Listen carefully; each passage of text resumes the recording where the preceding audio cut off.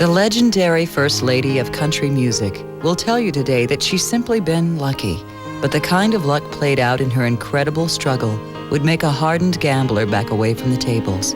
Raw talent, blind determination, and a constant yearning to give lifted her up from the cotton fields.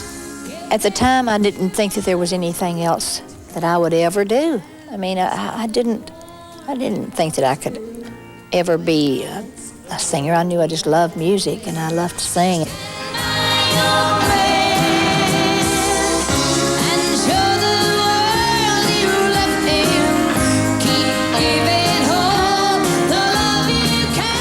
And sing she did, with an authenticity and passion that was felt, not just heard.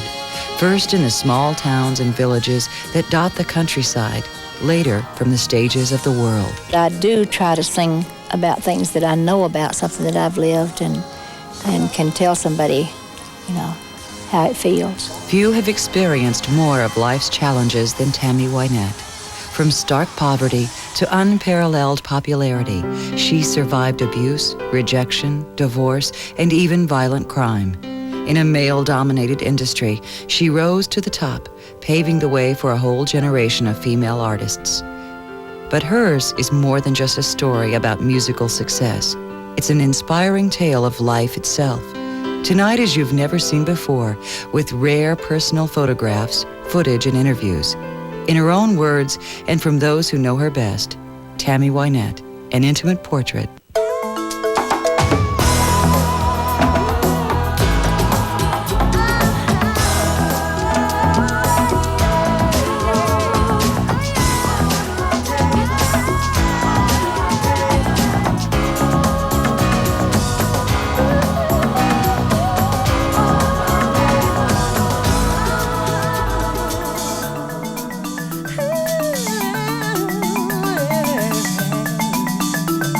Tammy Wynette was born in Mississippi in 1942.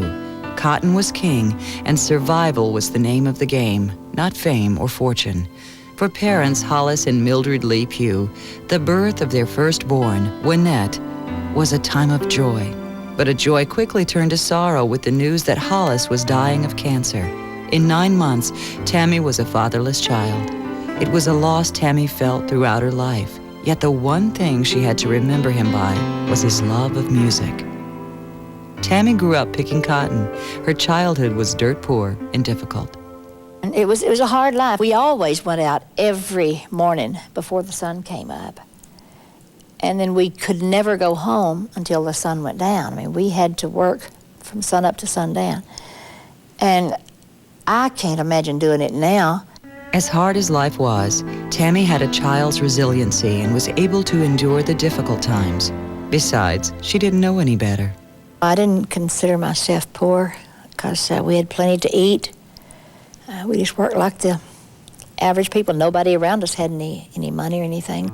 Like many poor towns along the main streets and back roads of the South, church was the center of social and community life. It was there that she learned the joy and power of music. I think the soul that we hear from Tammy is, it comes from the church, really. Church life made an indelible mark on Tammy. From it came a love of music and a strength of spirit that stay with her even now.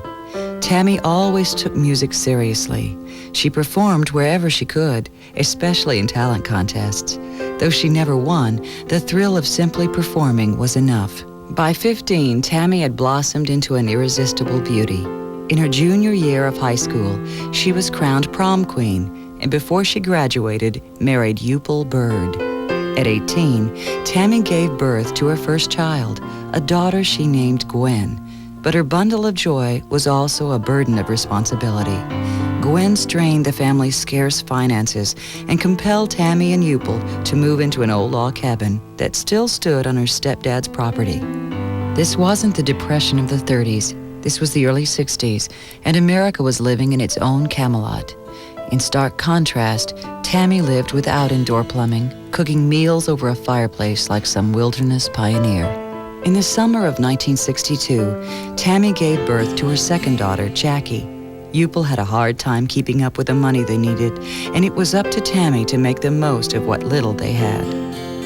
she had to put cardboard up on the walls because it was real cold, and so that would, keep the wind and stuff out. And she would go out and get water, I guess, and she would take us and lift up the bed, just those old rickety beds, and put the bed down on the hems of our dresses so that we couldn't get away while she was out of the house or get into anything. Tammy and Eupol's marriage was buckling under the strain of having little money, bills to pay, and children to care for. Things reached the breaking point when Tammy became pregnant again, and her husband showed little chance of caring for the family. After 5.5 years of marriage, Tammy wanted out. Her husband's response was to take everything. I went to a movie one night and took the kids with a friend of mine. And when I got back, my house was empty. I didn't have anything in there, nothing. Even the kids' clothes were gone. And we lay down on the floor and slept, and I covered the kids with coats. And the cops knocked on the door. I don't know how long we'd been back, but they came in and they said that they had to take the children because I was neglecting the children, and they were going to have to put them in a foster care because I was mentally unstable, mentally incapable of taking care of them. The next day, Tammy was asked to prove her sanity before a procession of doctors. After hours of humiliating questions, Tammy was saved when her own physician arrived. Had it not been for him, I don't know what I would have done, but he told me, he said, she's not mentally unstable and she's definitely capable of taking care of her kids. Tammy was reunited with her children, but 2 weeks later, Eupol staged a desperate attempt to take them from her when he picked them up after nursery school and kept them with him like a stolen prize. No, it was a terrible feeling. Not one that I could even begin to think about ever happening. It just, those were difficult times. For 1 whole week, Tammy tried in vain to find them. She finally found her little girls playing in a yard. Without asking questions, she took the children and drove off and never looked back. The past was over, and no one, not an ex-husband or the system, was going to bully her. From that day forth, she would take care of her own life and protect her children.